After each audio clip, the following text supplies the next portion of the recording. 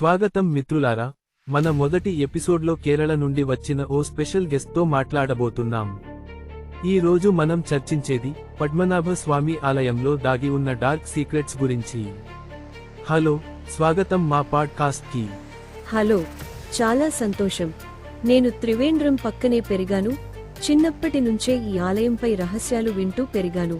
అలాగే, అందరికీ తెలిసింది ఏంటంటే అక్కడ ఖజానా ఉందని. కానీ డార్క్ స్టోరీస్ అంటే?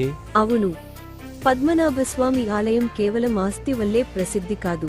దాని వెనుక శతాబ్దాల నాటి భయానక గాథలు ఉన్నాయి. ఆలయంలోని వాల్ట్ బి కల్లారా అని పిలుస్తారు. ఇది ఎప్పుడూ తీయలేదు, ఎందుకంటే అక్కడ దేవుని ఆగ్రహం ఉందని నమ్మకం. కానీ ఎందుకు ఎవరూ తీయలేదు? ఇది ఏదో కథలా అనిపిస్తోంది. లేదు, ఇది కథ మాత్రమే కాదు. 1930లో ఒకసారి ఆ తలుపు తెరవాలని ప్రయత్నించారు. తలుపు పైన పాము ఆకారంలో నాగబంధం చెక్కబడి ఉంది. తెరవబోతుండగానే లోపల నుండి విచిత్రమైన గర్జన, పాము శబ్దాలు వినిపించాయి. ఆ తరువాత ప్రయత్నం ఆపేశారు. పెద్దల చెబుతారు, ఆ గదిలో భౌతిక సంపద కంటే ఆధ్యాత్మిక శక్తి ఎక్కువగా ఉందని, అది భంగం కలిగిస్తే నగరం నాశనం అవుతుందని.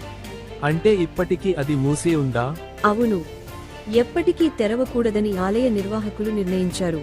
పద్మనాభస్వామి స్వయంగా ఆ ఖజానా రక్షిస్తున్నారని భక్తులు నమ్ముతారు.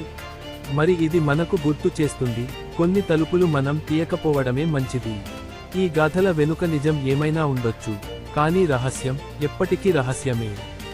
ధన్యవాదాలు మా గెస్ట్కి మరియు వినిన మీ అందరికీ.